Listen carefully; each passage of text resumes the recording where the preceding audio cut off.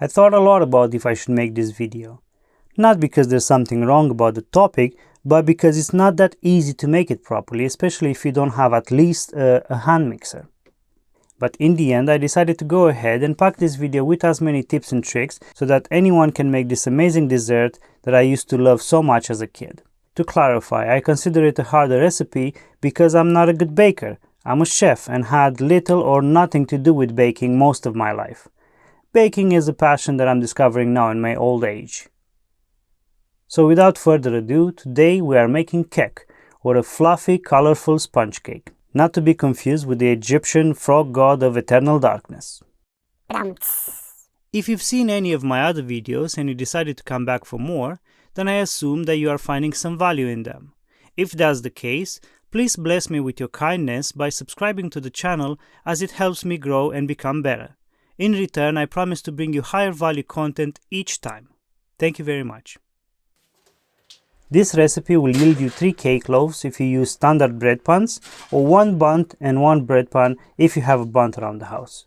The ingredients are 400 grams of sugar, white sugar to be specific, but if brown is all you have, then that's good as well. Then 400 grams of flour, 10 eggs split into yolks and whites, 30 grams of vanilla sugar, 1 tablespoon of baking powder, 8 tablespoons of oil, 4 tablespoons of cocoa powder, 1 vanilla essence, and a teaspoon of salt.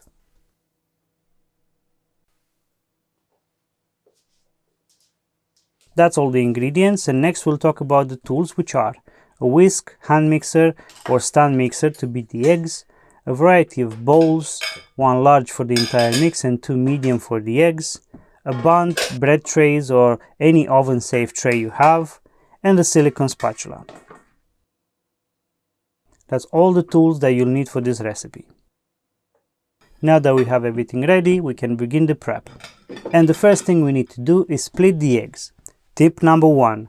Make sure your bowls are 100% dry and there is not even 1 drop of water in them. Tip number 2. Make sure that your bowls are 100% fat-free, and if you're not confident that they are, then using a bit of vinegar and a paper towel will remove any streak of oil or fat from them. Tip number 3. Be careful while you split the eggs and don't drop any bit of eggshell bits into the bowls. I'll tell you a short story. I once had the misfortune to eat a cake that had, let's call them, mistake eggshells in it. And though it didn't break my teeth or anything, it gave me a scare and left me not inclined to eat cake anymore. At least not from the person I was visiting. It's all fun and games until you mess up the cake with surprise eggshells. We need calcium, no doubt, but not like that.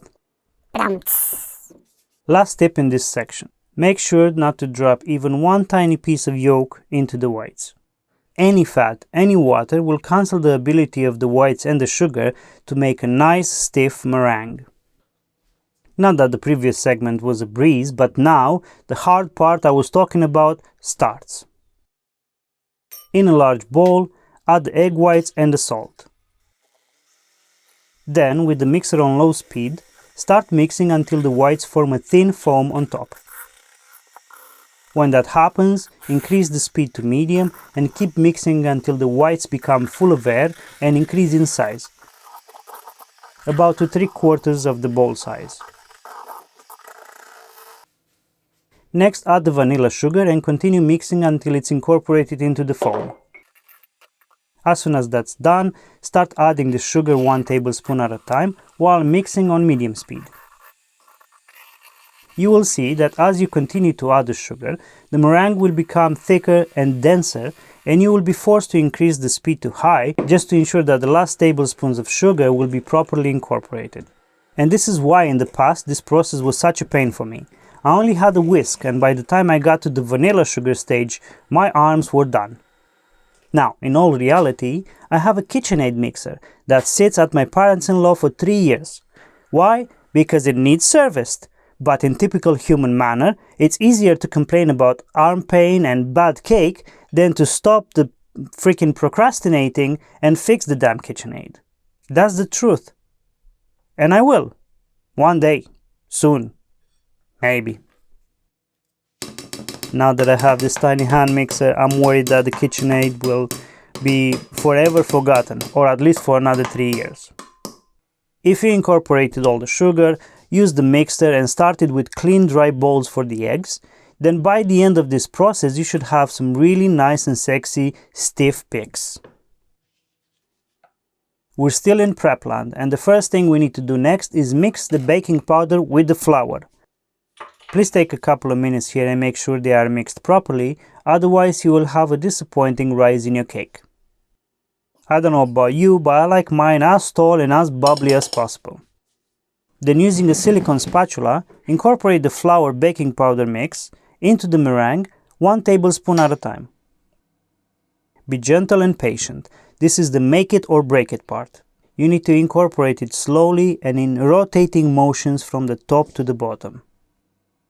If you rush this step and mix the ingredients like a barbarian mixing a T-Rex stew, then all the air will get out of the meringue and the final cake will be more like jerky than sponge. How do I know, you ask? Well, let's say I'm a recovering barbarian with very little baking experience, but who loves these traditional desserts my grandma used to spoil me with. I've been told not to taste the batter at this stage, but as I said, I'm a recovering barbarian, not a fully civilized and tamed one. Me eat raw butter, no. Done? Good. Now let's tend to the yolks. You didn't think we forgot about them, did you? To prep them, just add the oil a couple of tablespoons at a time and mix as if you would make homemade mayo. If that's an alien concept, homemade mayo I mean, then watch this video and you can learn how to make your own good, delicious, versatile homemade mayo that tastes light years better than what you can buy from the store. I promise. Pinky swear. Once that's done, as before, incorporate the yolks into the meringue in stages, again, gently and in the manner that I'm doing it here.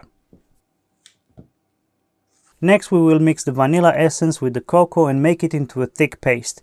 Depending on the type and quality of cocoa you have, a tablespoon of water will help here as well, just not too much. Almost there, stick with me. Get another clean dry bowl and split the meringue into 2 equal parts or as equal as you can manage. Then add the cocoa paste to one of them, incorporating it as we did before with all the other ingredients. When you're done with this step, take a second and preheat your oven at 175 Celsius or 347 Fahrenheit. This will give the oven enough time to become nice and toasty by the time you are ready to bake. Good. Now take your baking trays, whatever they may be, and lubricate them with oil, butter or lard, depending on your preference. Or use baking paper if that's what you want. It may sound funny, but I got an heirloom bunt as a gift from my mother-in-law recently, and that's what I'm using today. And of course I will supplement with a bread pan because there's enough mixture for both of them. That being said, add the mixes into the pan of your choice in such a way that they can be mingled and mixed so that you get a nice colorful cake in the end. Some talented bakers can make this cake look like a zebra in the final analysis, but that's not me yet. It's gonna be good enough, especially if this is your first sponge cake or first baking project ever. When you're done, put the trays in the oven and bake them for 35 minutes. Ding ding ding ding! If you followed every step, then this time should be enough. Still, at minute 35, take a toothpick or a wood skewer and poke the cake. If the toothpick comes out dry, the cake is done. If it's moist and sticky, then it needs 5 more minutes or so. Keep poking and keep baking for more time until the poker comes out dry. Time is up and my cakes are done. Not sure if you can see, but I sneakily cut the end of the loaf cake and munched it off camera as soon as it came out of the oven. What can I say? It was as good as I remembered. You see, there are many childhood era desserts and dishes that I make often because I'm confident and I'm sure I can do a good job with them. But this cake is something I try seldom because, or mainly because, the baking complexity I've been expressing throughout this whole video. It's not the devil, but it's no saint either. Still, I gathered the courage and defeated the dragon of chaos called sponge cake over the last 2 years, and now I get to enjoy the gold and treasures that it guarded for all this time. No virgin though, so cake and gold it is. The smell is so good, so sweet, that it's almost like solid ice cream. I do feel like a kid every time I eat this cake, and the best thing about it is that this is just a base for an infinite number of combos. Add butter to a hot slice and you will taste heaven. Cut it in layers and fill it with buttercream and mascarpone, Al Capone, you know what I mean. Add some chocolate glaze and drizzle it on top of it, and you have a birthday party cake. The options are endless, as is my happiness when I eat this nostalgic dessert.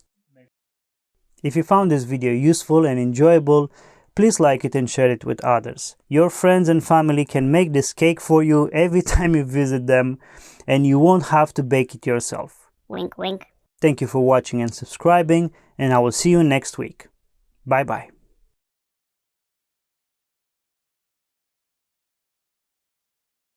Beware, side effects may include the tendency to transform into a horse. If that happens, call your health provider. The end. It smells like ice cream. So fluffy. I'm 5 again!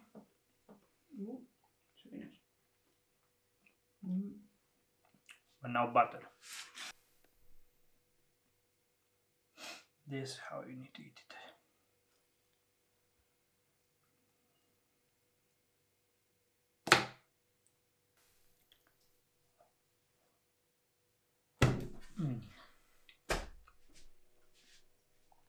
And I'm transforming into a horse. I want to make horse sounds. Oh wow. You become a horse as well. I'm going to become something very, very different. Yeah. Very good. Success.